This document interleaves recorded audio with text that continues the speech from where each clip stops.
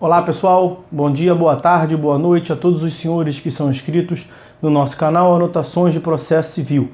Se você ainda não é, eu sou o professor Arthur Vieira e depois que eu concluí o meu doutorado em Direito Processual, eu resolvi me dedicar a esses veículos de comunicação para que eu pudesse transmitir aos senhores conhecimento jurídico de qualidade e de forma gratuita. Aqui eu vou pontuar o meu e-mail de contato para que eventuais interessados possam estabelecer um contato mais direto. Inclusive, nós podemos eventualmente considerar a hipótese de publicar um artigo científico em conjunto, tá certo? Bom, gostaria de pontuar também com os senhores o nosso canal no YouTube. Se você ainda não é inscrito, basta clicar no ícone do livro que fica no canto inferior do vídeo para que você se inscreva. Sugiro também que você clique no ícone do sininho para que você possa ativar as notificações dos vídeos que são constantemente disponibilizados por aqui. Gostaria de apresentar também aos senhores a nossa plataforma acadêmica, arturvieiracursos.com.br, arturvieiracursos.com.br, onde os senhores encontrarão cursos online de modo gratuito, inclusive com a emissão de certificado válido em todo o território nacional, tá certo? Então, após a pausa, nós vamos tratar do vídeo de hoje. Então, meus amigos, no vídeo de hoje nós daremos prosseguimento à análise do nosso livro Anotações de Processo Civil. Nós estamos na quarta parte do livro que trata da tutela jurisdicional executiva. Nós já analisamos diversos procedimentos das obrigações de entrega de coisa, fazer, não fazer e pagar quantia, tanto por título executivo extrajudicial, que daí seja o processo autônomo de execução, quanto por título executivo judicial, que é o cumprimento de sentença, aquela fase do processo sincrético. Esses que são os procedimentos assim chamados, procedimento ordinário da tutela executiva. Nós temos alguns procedimentos executivos especiais e nós já começamos a analisar o primeiro deles, que é a execução da obrigação de pagar quantia em face da fazenda pública. Nós já analisamos diversas considerações sobre esse procedimento, que é o que nós estamos vendo agora, e estamos vendo o procedimento. Vamos dar continuidade a essa análise pelo tópico que aparece na tela, a requisição do pagamento. Vamos ao ponto. Não sendo interpostos os embargos, não sendo eles recebidos com efeito suspensivo, ou ainda sendo recebidos com tal efeito suspensivo, mas depois rejeitados, a execução tem seu prosseguimento através da requisição do pagamento. O juiz da causa requisitará o pagamento através do que se chama ofício requisitório, dirigido ao presidente do tribunal competente, ou seja, aquele que proferiu a decisão exequenda ou a confirmou por meio de reexame necessário. O precatório requisitório será processado no tribunal, conforme previsto em seu regimento interno, e conterá, além do ofício do juiz requisitante, o título executivo que o embasou, a atualização do cálculo e as certidões de trânsito em julgado de todos os provimentos havidos no curso daquele procedimento. No tribunal, compete ao seu presidente tomar as providências necessárias para a determinação de pagamento e para o eventual sequestro da verba. O parágrafo 11 do artigo 97 do ADCT, Ato das Disposições Constitucionais Transitórias, agora expressamente admite que no caso de precatórios relativos a diversos credores em litisconsórcio, haja o desmembramento do valor por credor a ser realizado pelo tribunal. Permite também o dispositivo que tal credor habilite o valor total a que tem direito. Neste caso, porém, diz o parágrafo 11 do artigo 97, que não se aplicará o regime de dispensa do precatório de pequeno valor, previsto no parágrafo 3º do artigo 100. Essa regra é extremamente discutível e confusa. A pretexto de conferir um direito, busca-se dar um passo atrás.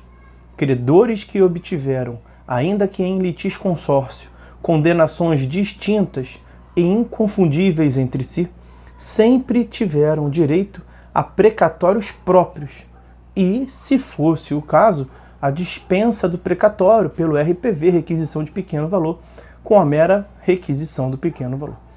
A disposição ora comentada, portanto, deve aplicar-se apenas aos casos em que a condenação e o precatório não haviam sido originariamente emitidos de modo individualizado para cada litisconsorte.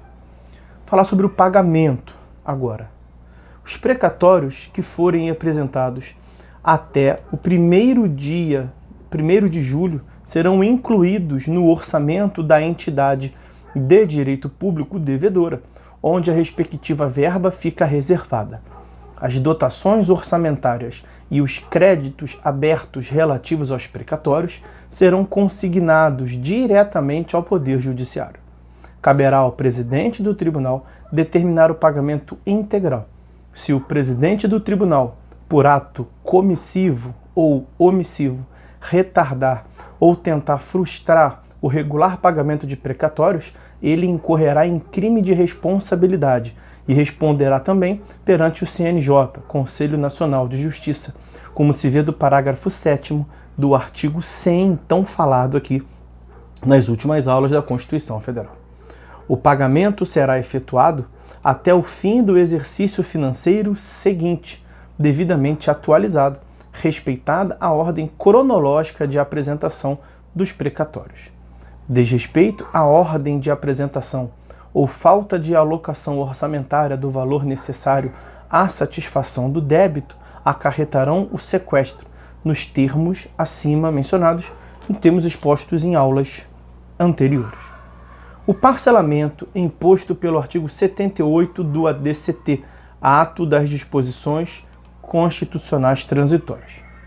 A emenda constitucional número 30, além das mudanças até aqui mencionadas, estabeleceu uma espécie de moratória dos créditos pecuniários decorrentes de imposição judicial. É o tal do artigo 78 do ADCT, Ato das Disposições Constitucionais Transitórias. Estabeleceu-se parcelamento com prazo de até 10 anos dos precatórios relativos a ações ajuizadas até 31 de dezembro de 1999, inclusive os pendentes. Tais precatórios serão pagos em moeda corrente, pelo valor real acrescido de juros legais, em prestações iguais, anuais e sucessivas. Permite-se a decomposição de parcelas a critério do credor. Excluem-se de tal regime, primeira hipótese de exclusão, os precatórios que derivem de ações ajuizadas depois do prazo limite, 31 de dezembro de 1999. Segunda hipótese exclusiva, os precatórios que são objeto do artigo 33 do ADCT, pois já estão sendo parcelados. Terceira hipótese de exclusão, as obrigações definidas em lei como de pequeno valor, pois essas nem sequer se submetem ao regime de precatórios, mas à requisição de pequeno valor. Quarta hipótese de exclusão, os precatórios de natureza alimentar.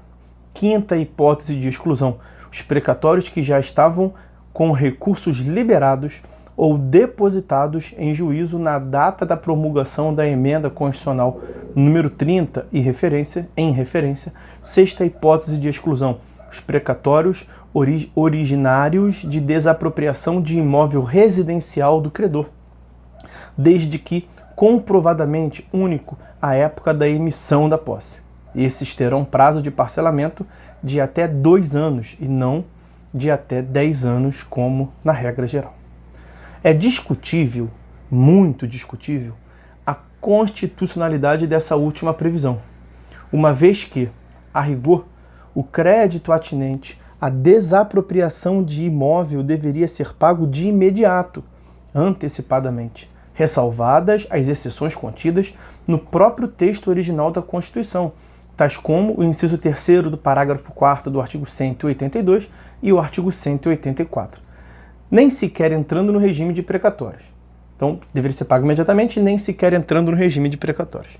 Só assim se respeitaria a garantia constitucional da indenização justa e prévia, elencada lá no inciso 24 do artigo 5º da Constituição Federal, que é uma cláusula pétrea, que nem mesmo por emenda constitucional poderia ser revista, como já mencionamos em diversas oportunidades, a disposição do inciso 4º do parágrafo 4º do artigo 60 da Constituição. O STJ tem decisões no sentido de não submeter tal crédito ao regime de precatório, mas o STF, porém, já decidiu no sentido oposto, embora não se possa dar a questão por pacificada. De qualquer modo, se for para submeter tais créditos aos precatórios, haverá de se aplicar a previsão mencionada na sexta hipótese mencionada acima. Em caso de não liquidação das parcelas anuais vencidas, tais parcelas passam a servir para quitar tributos da entidade devedora. Caberá sequestro de recursos financeiros para satisfazer a prestação se ela não for paga no momento correto.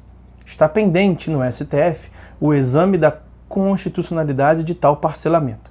Depois de vários anos de tramitação da ação direta de inconstitucionalidade, o STF concedeu medida cautelar, suspendendo as normas relativas a esse parcelamento. Reputou haver forte aparência de inconstitucionalidade. Frise-se que o ato de tais normas haverem sido instituídas por emenda constitucional não o isenta do controle de constitucionalidade.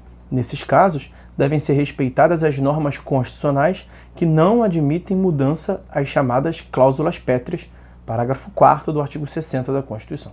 No entanto, e por muito tempo, essa moratória vigorou e suas consequências ainda permanecem no plano fático.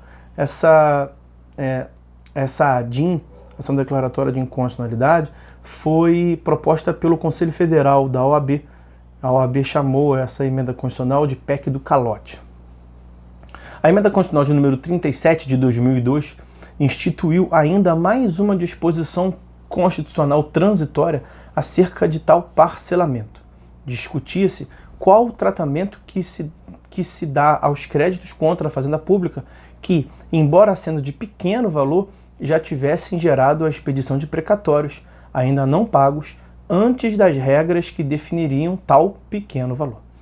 A dúvida consistia em saber se tais créditos seriam pagos diretamente sem precatório, ficando, portanto, prejudicados os respectivos precatórios, ou se permaneceriam submetidos ao regime de precatórios, inclusive no que tange à moratória que acabamos de examinar. O artigo 86 do ADCT pretendeu resolver a questão. Tais créditos permanecerão sujeitos ao regime de precatórios, mas não se submeterão ao parcelamento do artigo 78 do ADCT. Terão uma ordem própria de pagamento, com preferência sobre a ordem de pagamento dos precatórios de maior valor, mas sem preferência sobre os créditos alimentícios. Parágrafos 1º, 2º e 3º do artigo 86 do ADCT. Permite-se o pagamento de tais precatórios em 2 parcelas anuais, desde que já não se tenha submetido ao parcelamento geral que nós acabamos de ver do artigo 78 do ADCT. Essa é a previsão mais específica do parágrafo 2º do artigo 86 do ADCT. Vamos ficando por aqui, meus amigos. Vamos fazer um corte no vídeo.